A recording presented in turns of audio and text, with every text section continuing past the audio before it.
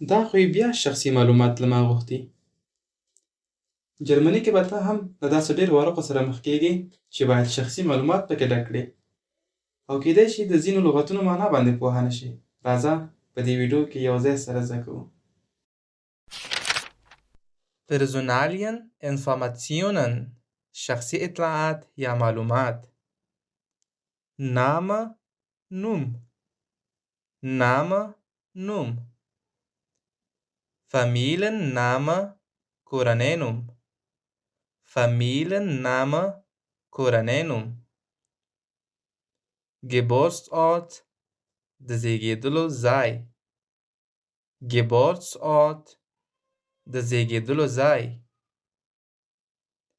Geburtsjahr د زیږیدلو کال Geburtsjahr د زیږیدلو کال männlich نارینه männlich نارینه weiblich ښځینه weiblich ښځینه Heimat وطن Heimat وطن Familienstand مدني حالت Familienstand مدني حالت verheiratet متأهل verheiratet متأهل ledig مجرد ledig مجرد Alter عمر یا سن Alter عمر یا سن Ort ځای مکان یا محل Ort ځای مکان یا محل Sprache ژبه Sprache ژبه Papiere اسنادونه یا کاغذ Papiere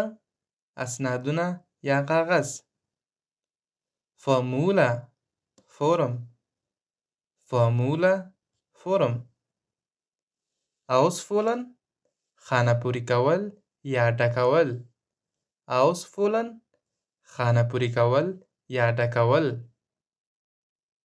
Ankreuzen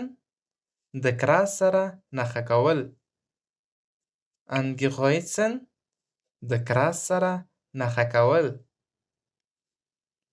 Postleitzahl کد پستی Postleitzahl کد پستی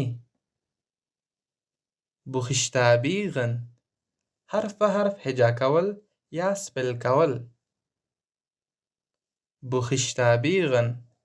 حرف به حرف هجا کول یا سپل کول Adresse ادرس Adresse ادرس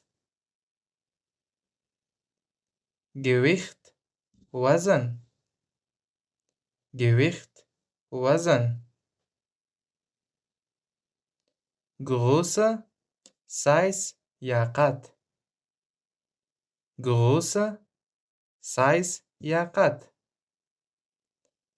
Handynummer د تلیفون نمبر Handynummer د تلیفون نمبر Vorwahl تلیفون نمبر کوډ لکه په افغانستان کې چې مثبت 93 دی او په جرمني کې مثبت 49 Vorwahl د تلیفون نمبر کوډ Unterschreiben لاسلیک کول Unterschreiben لاسلیک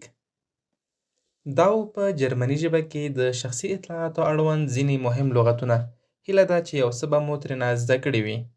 له هیره مو ونه باسئ چې له ځان سره یې تمرین کړئ یاد یې کړئ او په روزمره ژوند کې ورڅخه ګټه واخلئ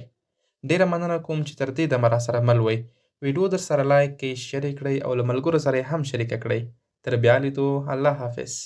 Bis bald. Tschüss.